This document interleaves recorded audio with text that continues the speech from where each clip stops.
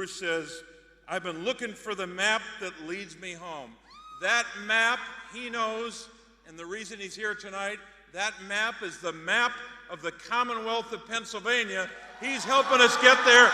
Bruce Springsteen.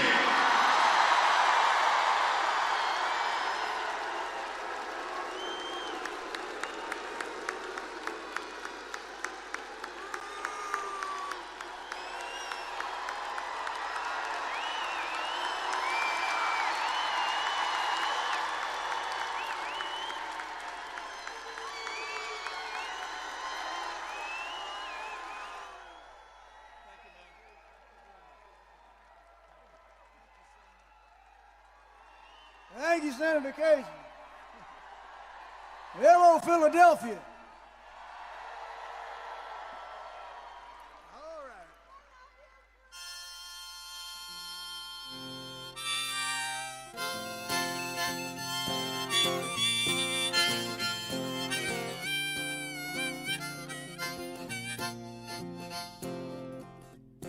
On a rattlesnake speedway in the Utah desert, I pick up my money, head back into town, driving across the Waynesburg County line. I got the radio on, and I'm just killing time, working all day in my dad's garage, driving all night, chasing some mirage. Pretty soon, darling, I'm gonna take charge. Well, the dogs on Main Street howl, 'cause they understand. If I could take this moment into my hands, mister, I ain't a boy, no, I'm a man, and I believe in a promised land.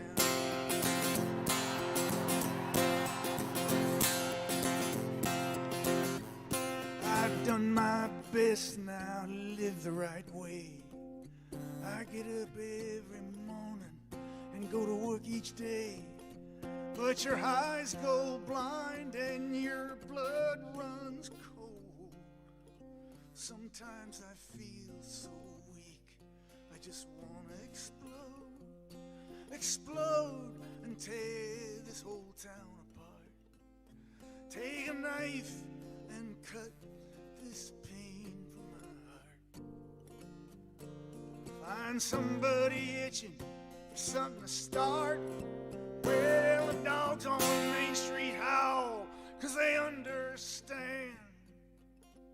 If I could take this moment into my hands, mister, I ain't a boy, no, I'm a man, and I believe in a promised land.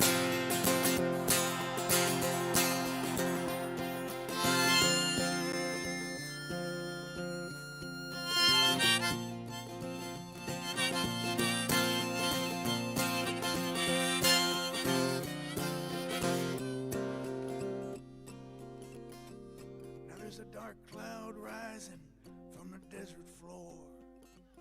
I packed my bags and I'm headed straight into the storm. There's gonna be a twister to blow everything down that ain't got the faith to stand its ground. Blow away the dreams that tear you apart. Blow away the dreams that break your heart.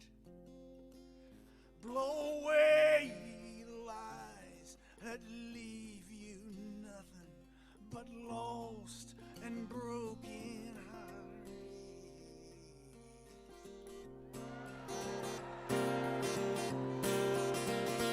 Well, the dogs on Main Street howl, 'cause they understand.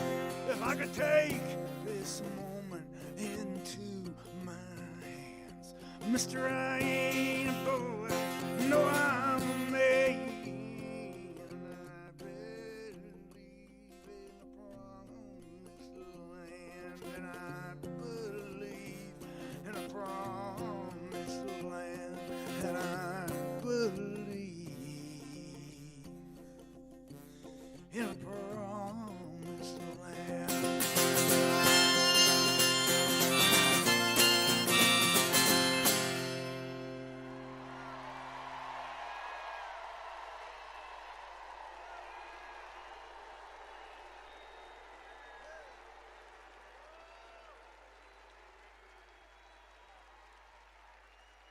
Thank you, Philly.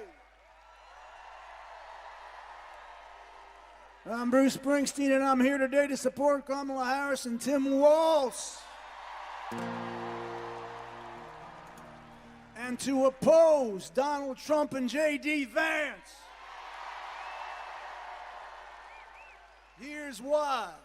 I want a president who reveres the Constitution, who does not threaten but wants to protect and guide our great democracy, who believes in the rule of law and the peaceful transfer of power, who will fight for women's rights, a woman's right to choose, and who wants to create a middle-class economy that will serve all our citizens. There's only one candidate in this election who holds those principles dear. That's Kamala Harris.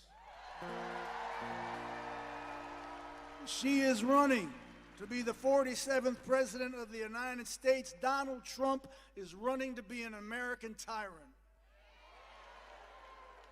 Now, I understand folks having different opinions about things, but this election is about a group of folks who want to fundamentally undermine our American way of life. Donald Trump does not understand this country, its history, or what it means to be deeply American. That's why on November 5th, I'm casting my vote for Kamala Harris and Tim Walz.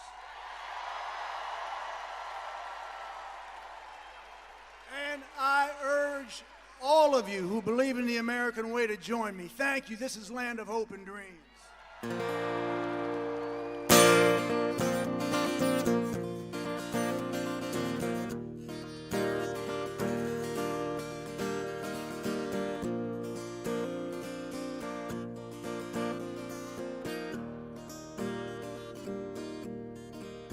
Grab your ticket and your suitcase. Thunder's rolling down this track. Well, you don't know where you're going now, but you know you won't be back. Well, darling, if you're weary, lay your head upon my chest. Oh, we'll take what we can carry. Yeah, and we'll leave the rest. Well, big wheels roll through fields where sunlight streams. Oh, meet me in a land of hope and dreams.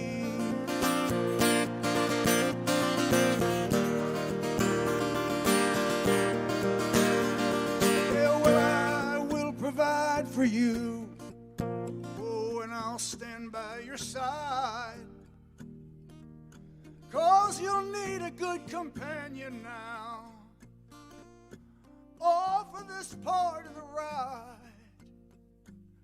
Yeah, leave behind your sorrow, let this day be the last. Yeah, tomorrow there'll be sunshine, and all this darkness past.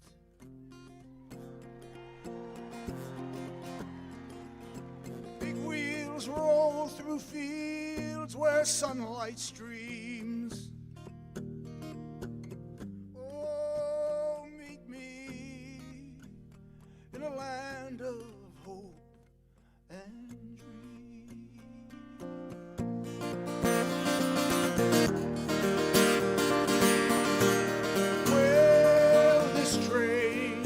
carries saints and sinners. Oh, this train carries losers and winners. This train carries hard gamblers. Oh, this train carries lost souls. I said now this train, dreams will not be thwarted on this train. Faith will be rewarded on this train.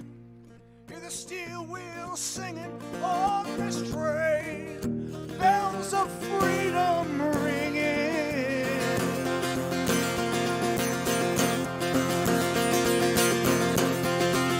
Well, big wheels roll through fields where sunlight streams. Oh, meet me in a land of hope and dream. Oh, meet me in a land of hope and dream.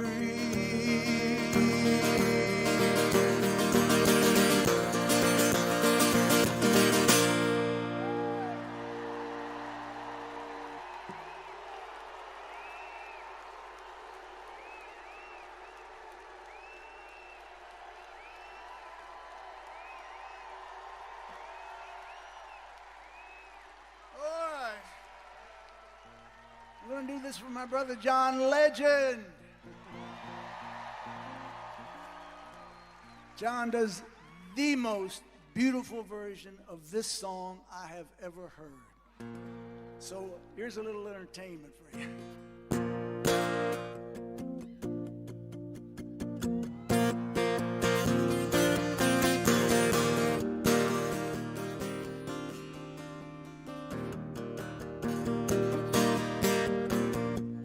Get up in the evening, I ain't got nothing to say. Come home in the morning, I go to bed feeling the same way. I ain't nothing but tired. Man, I'm just tired and bored with myself. Hey there, baby, I could use just a little help. Can't start a fire. You can't start a fire without a spark. This gun's for hire. Even if we're dancing in the dark.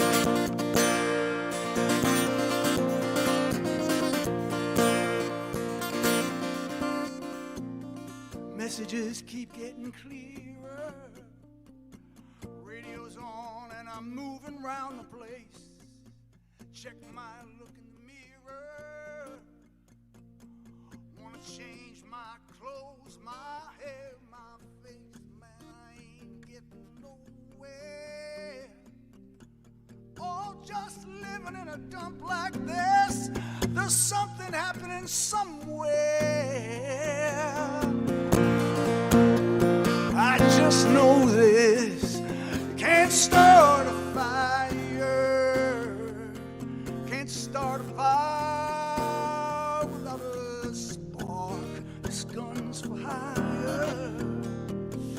Even if we're dancing in the dark. Oh, sit around getting older. There's a joke here somewhere, and it's on me. Shake this world off my shoulders.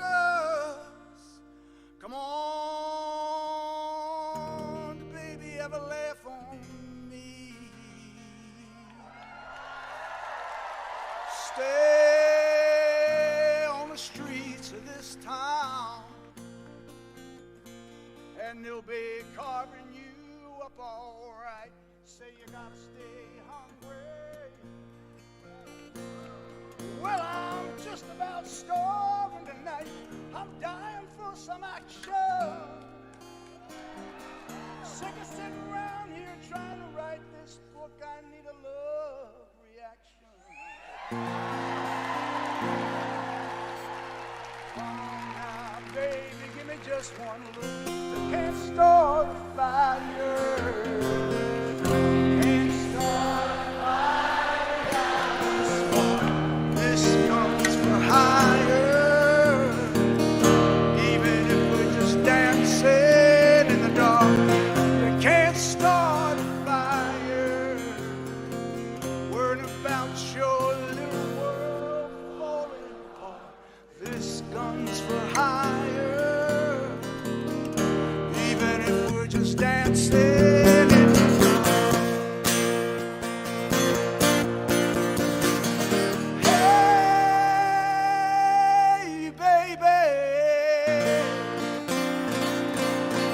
Let's vote for Kamala Harris and Tim Walz. November 5th, I'll see you on higher ground.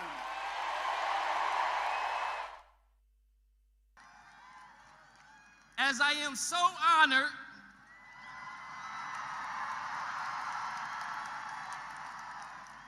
to introduce the man Pennsylvania helped elect in 2008,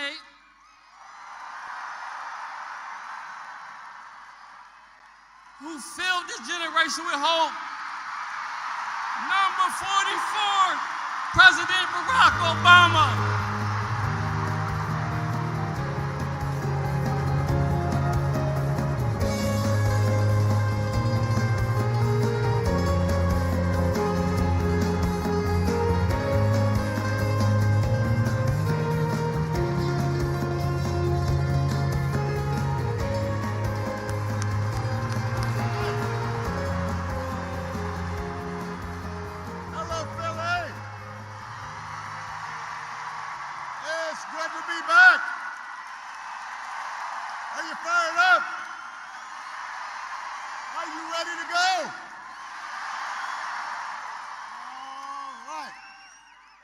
It's good to be back in Pennsylvania, good to be back in Philadelphia. Give it up for John and his outstanding introduction. Yeah, it's good to be back. Y'all in a good mood. The Eagles looked good yesterday.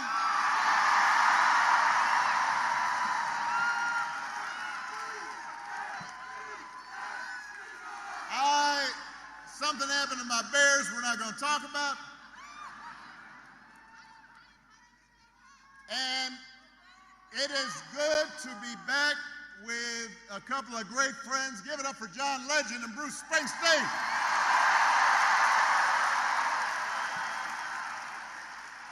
There's a reason why those guys are headliners. They are tough acts to follow. I was going to come up here and sing a little with them, but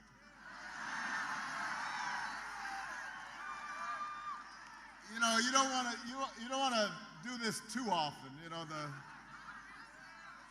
people might start taking me for granted.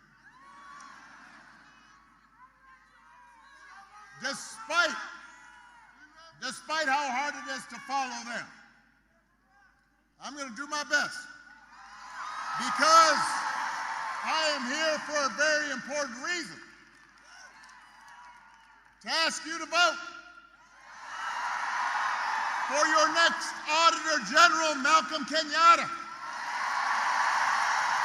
For your next Attorney General, Eugene DePascale. For your next State Treasurer, Aaron McClellan. For the Speaker of the Pennsylvania House, Joanna McClinton. And for my dear friend and your outstanding United States Senator, Mr. Bob Casey. And for the next President of the United States, Kamala Harris. Come on.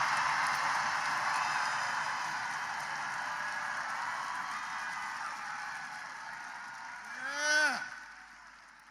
Now, you've heard this already, but it's worth repeating. If you plan to vote early in person, tomorrow is your last chance. Do it tomorrow. Do not dilly or dally. Get out there. Vote. If you've got a mail ballot, return it right now. You don't want to be waking up and looking down at, oh man. You don't want to be that person. You forgot. Don't wait. If you're going to vote on Election Day, November 5th, go to iwillvote.com and make a plan. Now, let's face it, if you're here at this rally, you're probably going to vote. Right? I am preaching to the proverbial choir right here. But you've still got work to do because you need to talk to your friends and family so they have a plan to vote too. Because together we have a chance to choose a new generation of leadership in this country and start building a better and stronger and fairer and more hopeful America. Now, we know this election is going to be tight. It shouldn't be, but it will be, because a lot of Americans are still struggling. I mean, we have been through a lot over the last few years. A historic pandemic that wreaked havoc on communities and businesses. And then disruptions from the pandemic caused price hikes. And that put a strain on family budgets. And people started feeling like no matter how hard they worked, they were just treading water. So I get why people might want to shake things up. I understand that. What I cannot understand is why anyone would think that Donald Trump will shake things up in a way that is good for you. Because there is absolutely no evidence that this man thinks about anybody but himself. I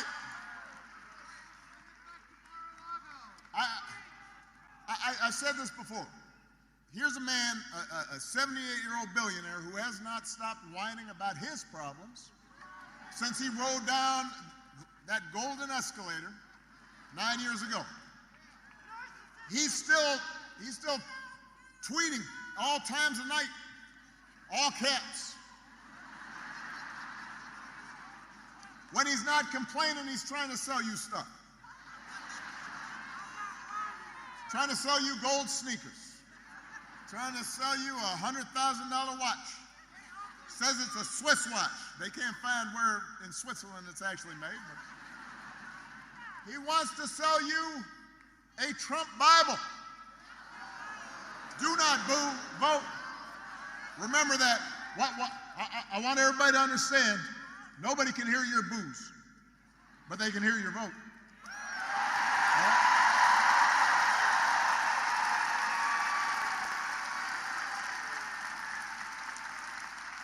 So he wants you to buy the Word of God, Donald Trump edition. Got his name right there next to Matthew and Luke. Couldn't recite a verse, but he'll sell you that Bible. And guess where it's made? Made in China.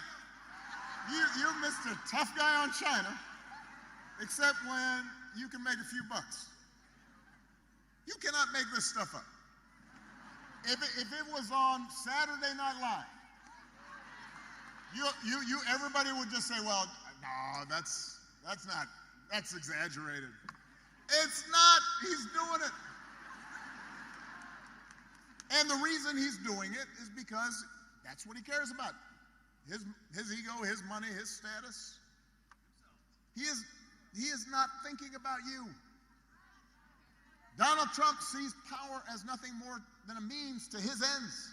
He wants the middle class to pay the price for another huge tax cut that would mostly help him and his country club buddies. He doesn't care if he costs women their reproductive freedoms. It won't make a difference in his life. Most of all, Donald Trump wants us to think that this country is hopelessly divided between us and them. Between the, quote, real Americans who support him, of course, and the outsiders who don't. The enemies within. Because, what did I say about Boone?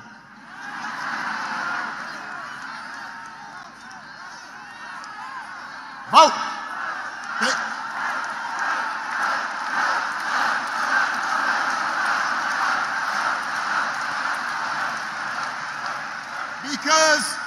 Because Donald Trump understands, and he's not wrong about this, that dividing people, making them angry, will boost his chances of being elected. It's not good for the country, but it might improve his odds. We saw it last night. I know nobody's going to boo now. All you're going to do is vote. Hold on a second. So the man holds this big rally at Madison Square Garden. And the warm-up speakers were saying we're trotting out and peddling the most racist, sexist, bigoted stereotypes. One guy called Puerto Rico, quote, an island of garbage. Now, these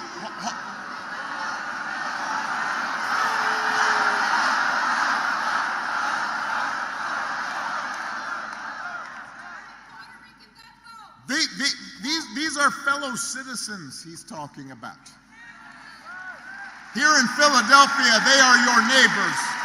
They are your friends. They are your co-workers. Their kids go to school with your kids.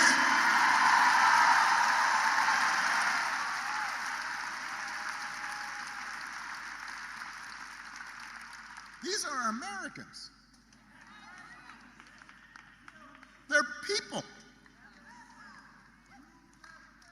And that is the reason why this election should not be close. It should be clear. Here's a good rule.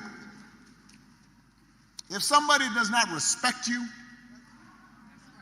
if somebody does not see you as fellow citizens with equal claims to opportunity, to the pursuit of happiness, to the American dream, you should not vote for them.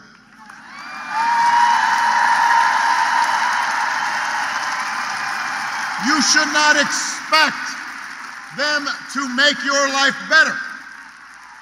They will not help you make they will not help you pay the bills. They're not gonna work hard to make sure your kid gets a good education. They're not gonna help you with a down payment on a house. I mean, we have to reject the kind of politics of division and hatred that we saw represented.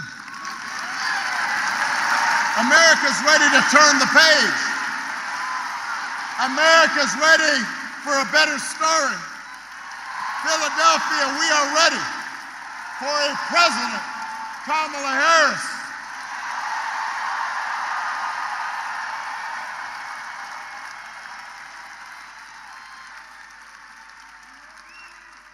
And the good news is Kamala Harris is ready for the job. I mean, this is a leader who has spent her life fighting on behalf of people who need a voice and need a champion.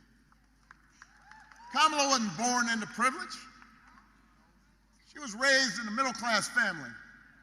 Worked at McDonald's when she was in college to pay her expenses. She didn't just pretend to work at McDonald's when it was closed.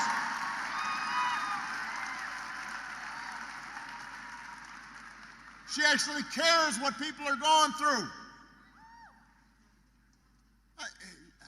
As the oldest child, she saw how the world would sometimes treat her mom. Single mother, 5-foot-tall brown woman with an accent. And she'd watch how her mom never lost her cool. She'd call Kamala and her baby sister over and say, "Don't complain about injustice. Do something about it." And that's what Kamala did. That's what Kamala did as a prosecutor, standing up for children who had been victims of sexual abuse, standing up as Attorney General of California, fighting the big banks and for-profit colleges, securing billions of dollars for people they had scammed.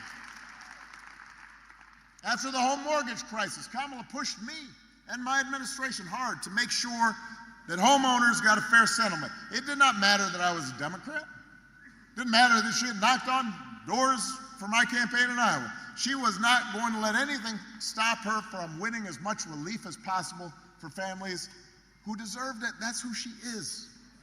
That's what she stands for.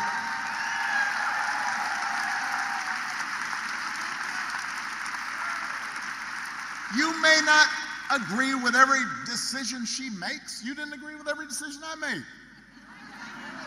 You didn't.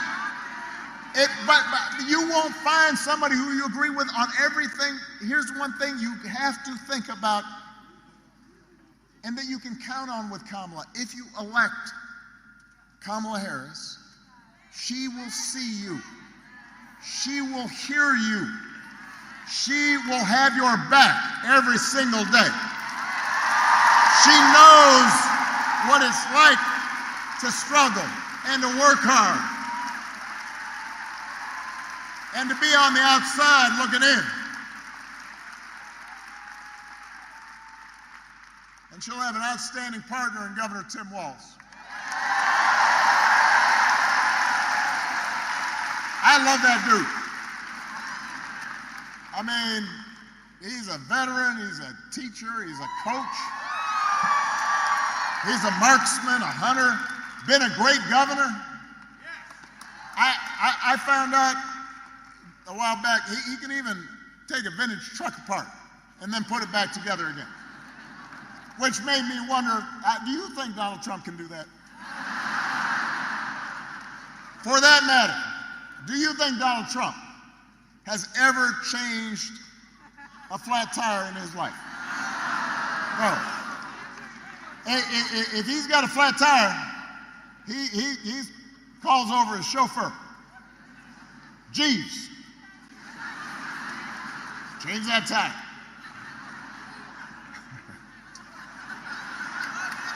I don't know that his name is actually Jeeves, but it might be. Got a fake English accent? Jeeves. Hey, listen, the point is, if you elect Kamala and Tim, they won't be focused on their problems, they'll be focused on your problems. They actually understand that too many folks here in Pennsylvania and across the country are struggling to pay the bills. They know what it's like to struggle to pay the bills.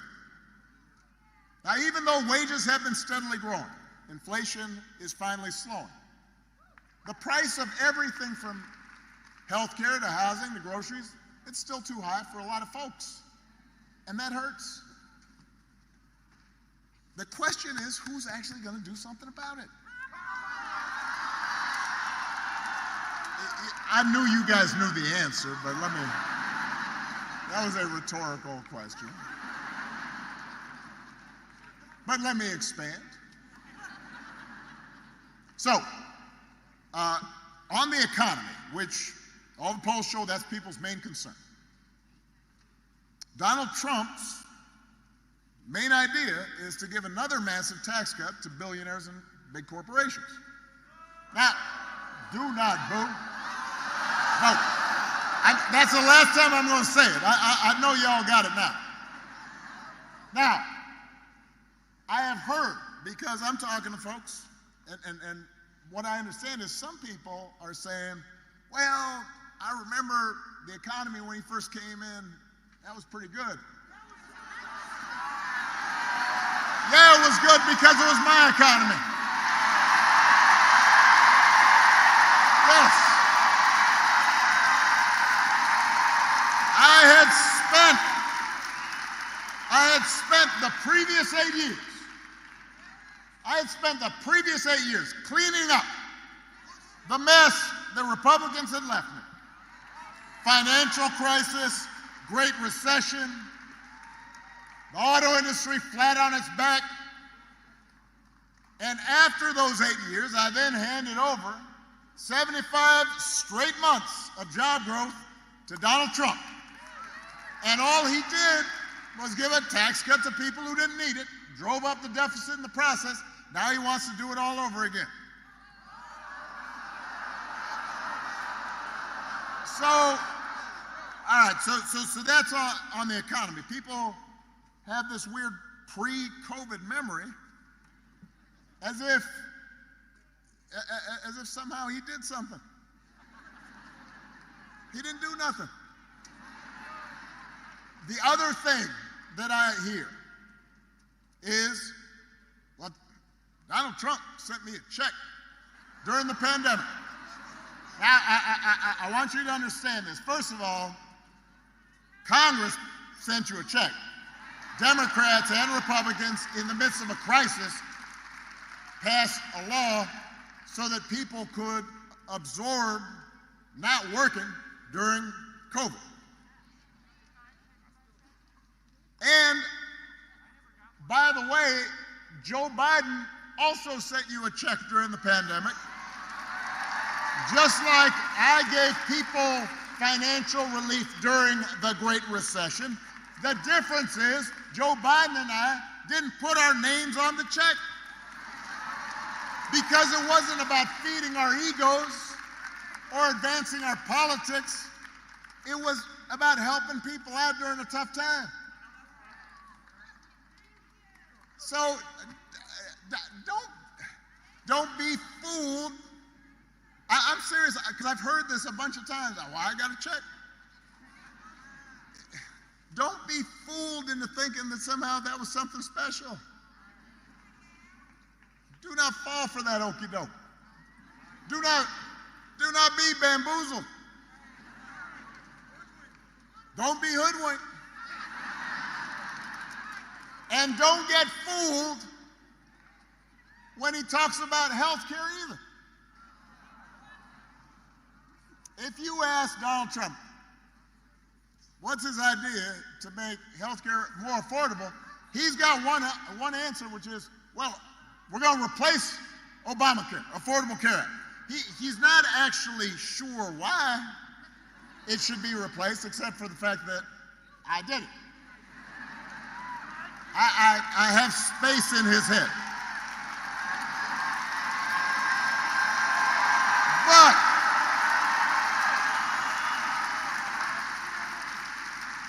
the challenge is that the challenge for him is that Obamacare is now popular.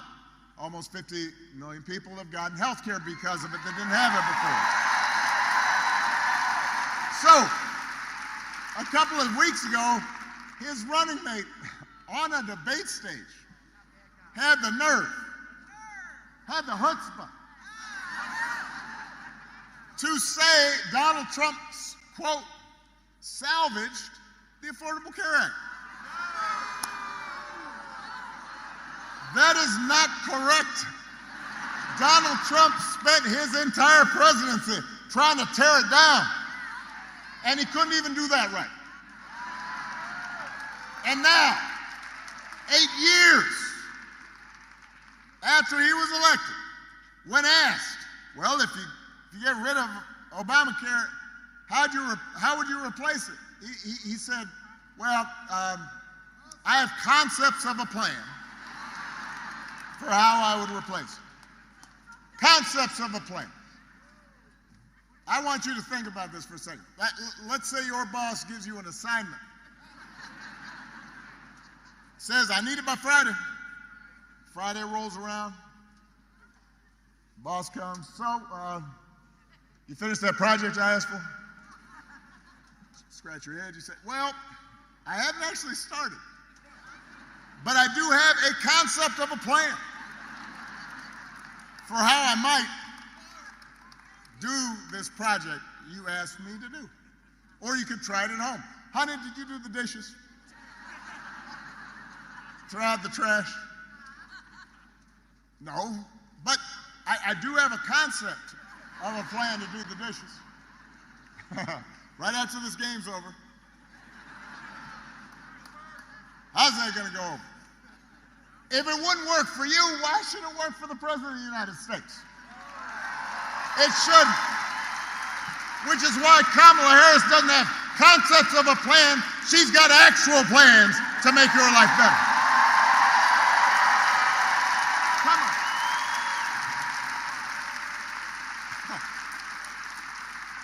Concepts of a plan. Kamala has plans to go after corporations that unfairly jack up prices. She has plans to make it easier for you to build and buy a home She's got plans to limit out-of-pocket health care costs. She's got a plan to give a tax cut to 100 million middle-class and working Americans. And if Congress passes a bill to restore the reproductive freedom that women had for nearly 50 years, the freedom that Donald Trump bragged about taking away, Kamala Harris will sign it into law.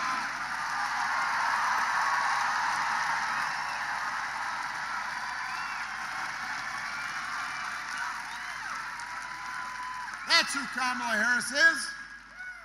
That's what she stands for, not concepts of a plan.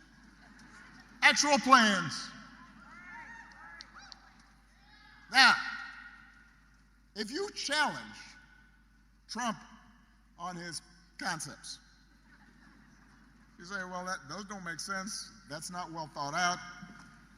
That's impractical. I don't understand that word salad you just issued. He will fall back on one answer. Blame immigrants. He wants you to believe that if you reelect him and let him round up whoever he wants, ship him out, detain him, all your problems will be solved. Now, well, this has traction among a bunch of voters, so I want to talk about this for a second. I want everybody to understand this. We have a real issue at our borders. We are a nation of immigrants. But, so somewhere in your family, somebody came from somebody else. It came from someplace else. We are a nation of immigrants. But we're also a nation of laws. And we have to make sure the system works the way it's supposed to, that it's orderly, that it's safe, that it's fair. But here's the thing I don't understand. If you are concerned about immigration, if you think it's a top problem, I want you to just ask yourself this simple question. Donald Trump, J.D. Vance, they're always talking about, well, Kamala's been vice president for 4 years. You know, so she has to take responsibility for all that, even though she wasn't actually president. Well, wasn't Donald Trump president for 4 years? Somehow that's conveniently forgotten. But I haven't forgotten. If rounding up and deporting millions of people, many of them women and children, if rounding up millions of desperate people is the answer to everything, why is it that the number of undocumented immigrants was basically the same when Trump left office as when he took office?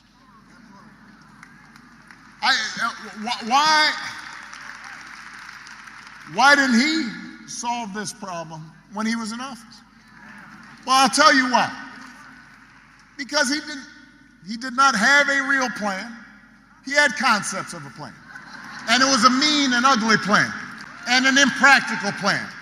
You know what would actually help bring order to the border and fix our immigration system? A bipartisan deal that Kamala Harris, as vice president, supported, even though it was written by one of the most conservative Republicans in Congress, and Congress was all set to go. And then Donald Trump called up the Republicans in Congress and said, well, you can't vote for that. Because he believed that it was better not to solve the problem so he could use the issue in the election. So he could engage in fear-mongering. Vote. We do not need a president who will make problems worse just to make his politics better. We need a president who actually cares about solving problems, not exploiting problems, about making your life better, not just making you angry and resentful. We need somebody like Kamala Harris who will be focused on doing the right thing, rolling up her sleeves, getting stuff done.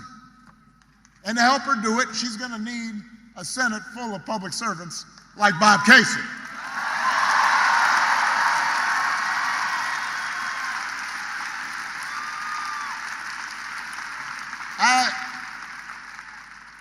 I have known Bob for almost 20 years. I know his wife. I have watched his gorgeous daughters grow up.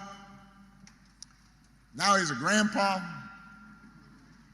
Although his grandson, the little guy, wouldn't give me a fist bump in the photo line. He was feeling kind of shy. I was like, oh man, next time, just let me hanging. I can tell you this.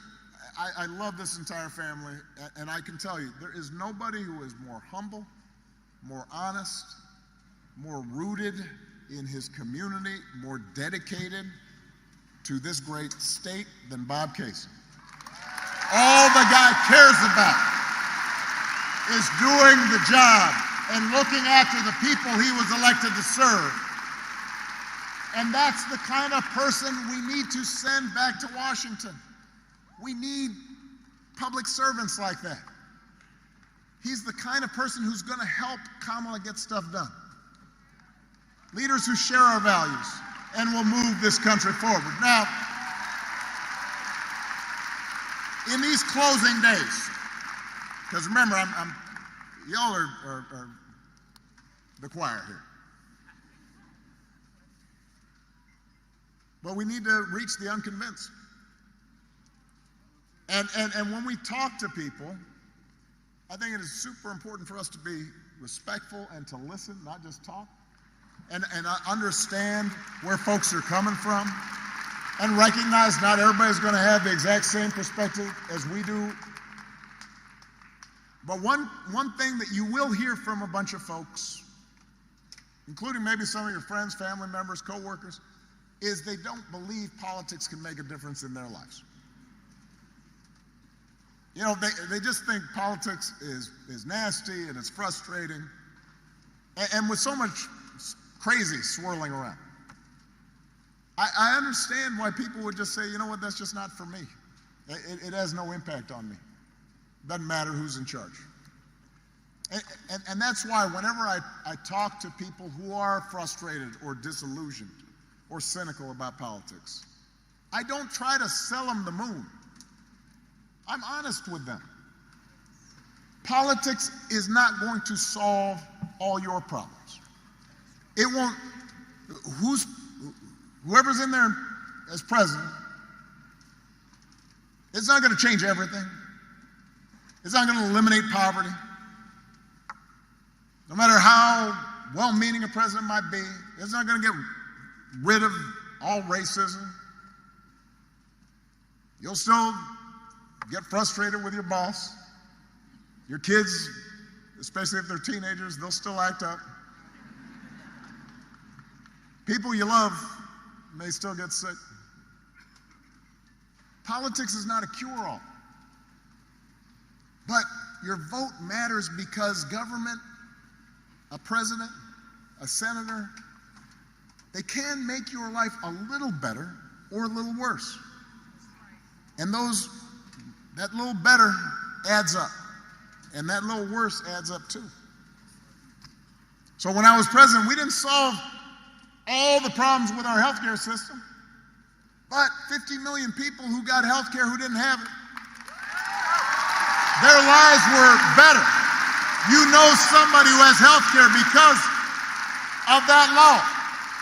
More than 50 million people with pre-existing conditions can no longer be denied coverage or charged more. That made a real difference to them.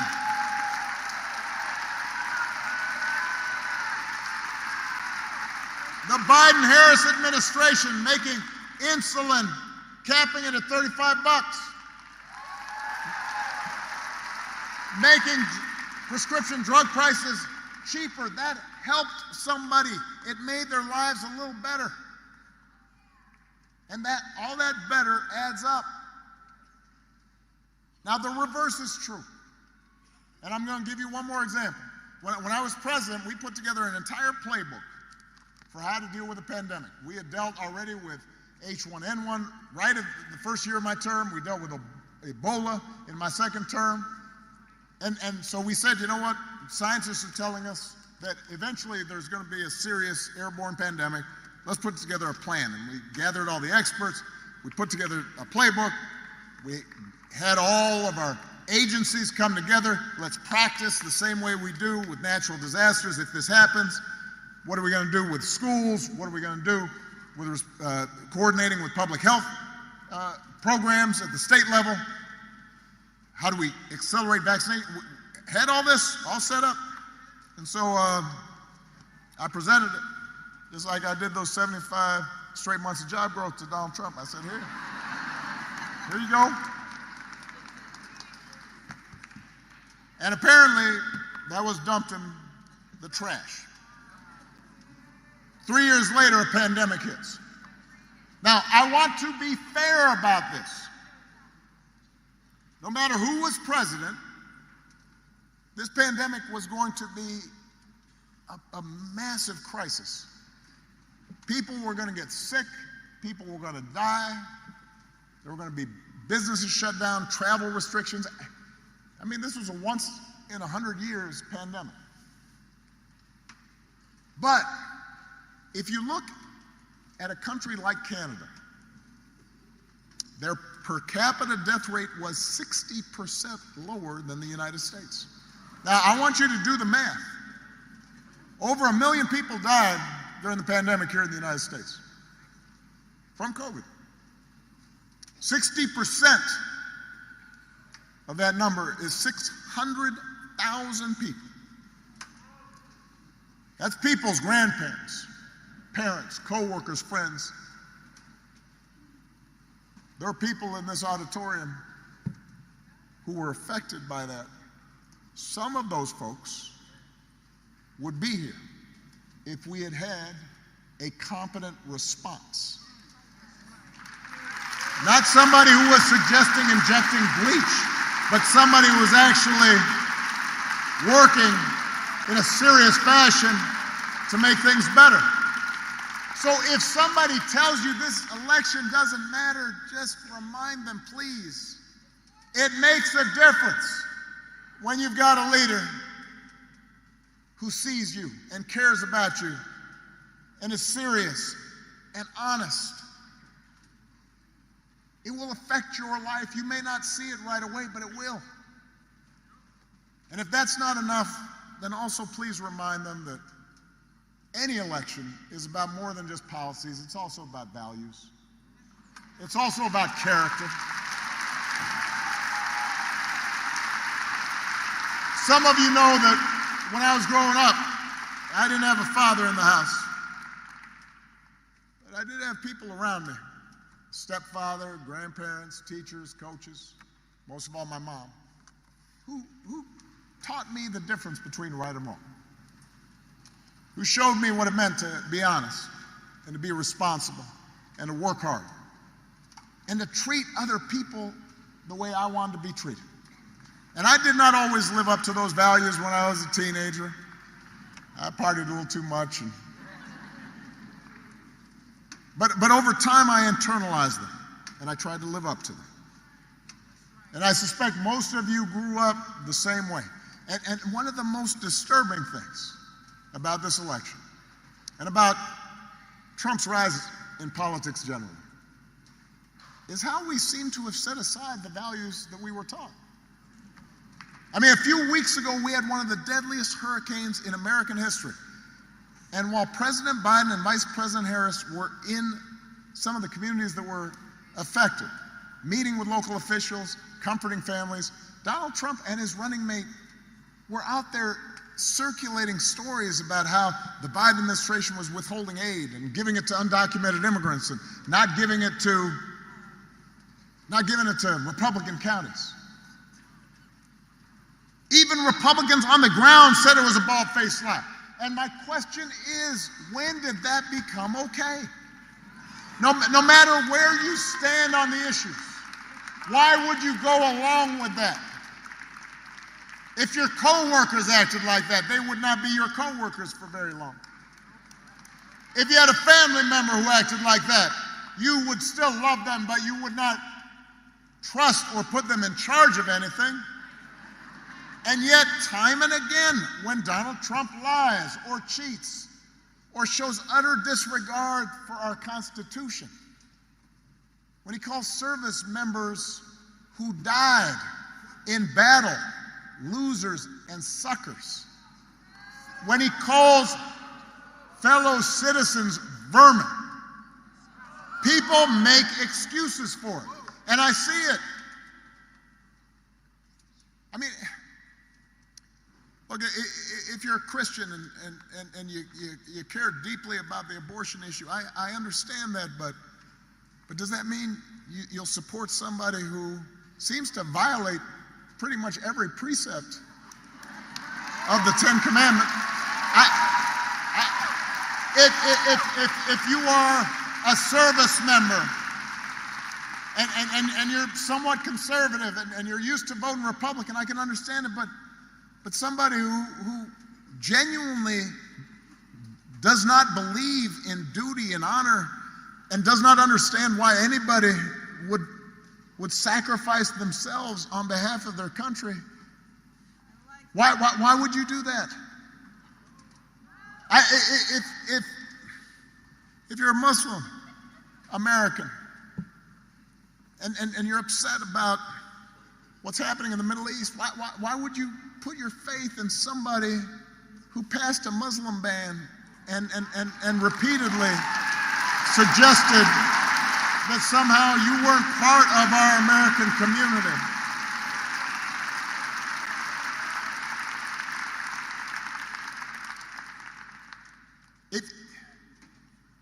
If you're an African American or Latino, if you're from Puerto Rico and you see somebody whose values seem to indicate that you're not part of their equation, how do you think it's okay? How can you tell yourself it's okay as long as our side wins? And I've noticed this especially with some men who seem to think Trump's behavior is somehow a sign of strength. You know, sort of the macho, fake macho thing. And, you know,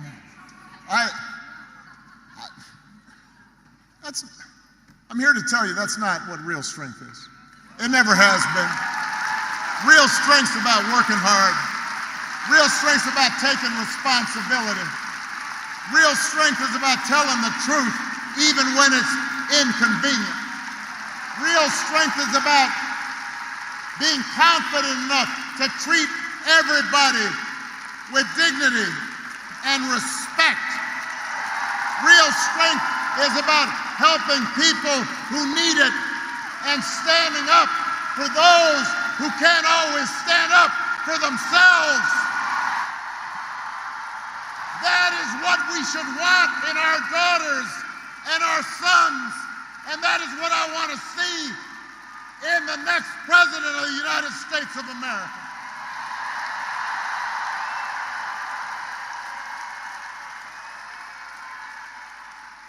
And the good news is that you have candidates to vote for in this election who demonstrate that kind of character, who know what real strength looks like, who will set a good example and do the right thing and leave this country better than they found it. And Pennsylvania, that is the choice in this election. It's not just policies that are on the ballot, it's who we are and what we stand for. So whether this election is making you feel excited or scared or hopeful or frustrated or anything in between, do not sit back. Don't just hope for the best. Get off your couch and vote. Put down your phone and vote. Vote for Kamala Harris as the next president. Vote for Tim Walz as the next vice president. Vote for Bob Casey and this whole incredible Pennsylvania Democratic ticket. Help your family and friends and neighbors and co-workers go to the polls. If enough of us make our voices heard, we will leave no doubt about the outcome of this election. We will leave no doubt about who we are and what America stands for. And together we will keep building a country that is more fair and more just and more equal and more free. That is our task. That is our responsibility. Let's go do the work. Thank you, Philadelphia. Thank you, Pennsylvania. Let's go vote.